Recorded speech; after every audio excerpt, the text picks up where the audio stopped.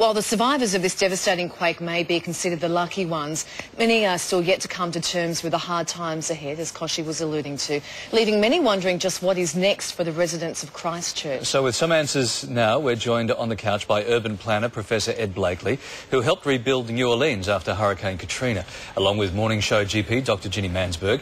And with us from Melbourne is Deputy Director of the Australian Centre for Post-Traumatic Health and University of Melbourne Associate Professor David Forbes. Thank you all for your time this morning.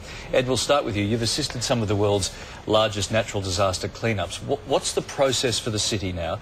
How does it begin to get back on its feet? Well, there are two things that have to happen right now. You have to remove the debris, and that's very carefully done because there may be some bodies in that debris, but it has to be removed strategically.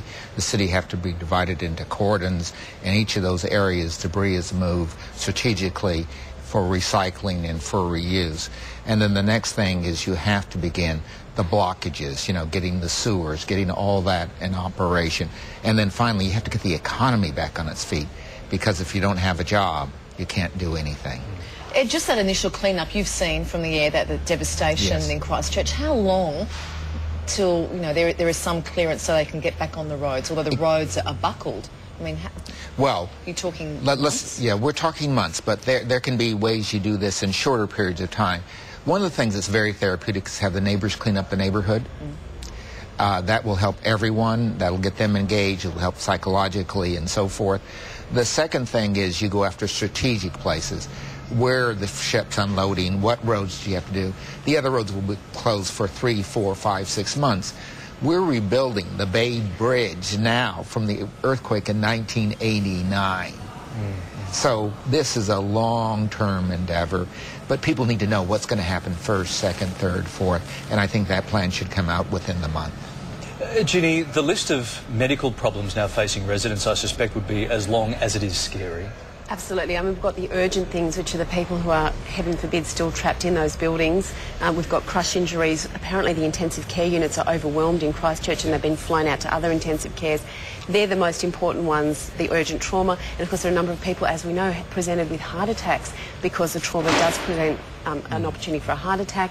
And there are a lot of people who had panic attacks. But moreover, what's going to happen now is, as Koshi was saying, we've got a huge problem with the sewerage.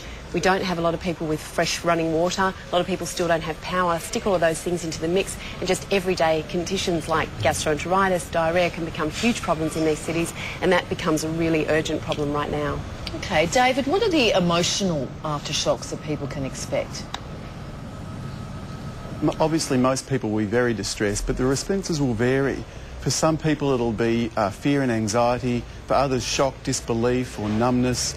The important part, though, is that most people will recover using their existing coping strategies, social supports, community recovery efforts. There will be a significant minority, though, who do develop more serious mental health problems, like post-traumatic stress disorder, depression or panic disorder. All right.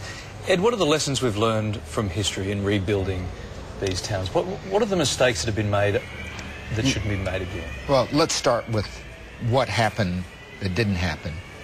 From September, we should have been prepared. The preparation was lighter than I would have anticipated. That is, water systems, they should have been decentralized already. We should have evacuation routes already set up.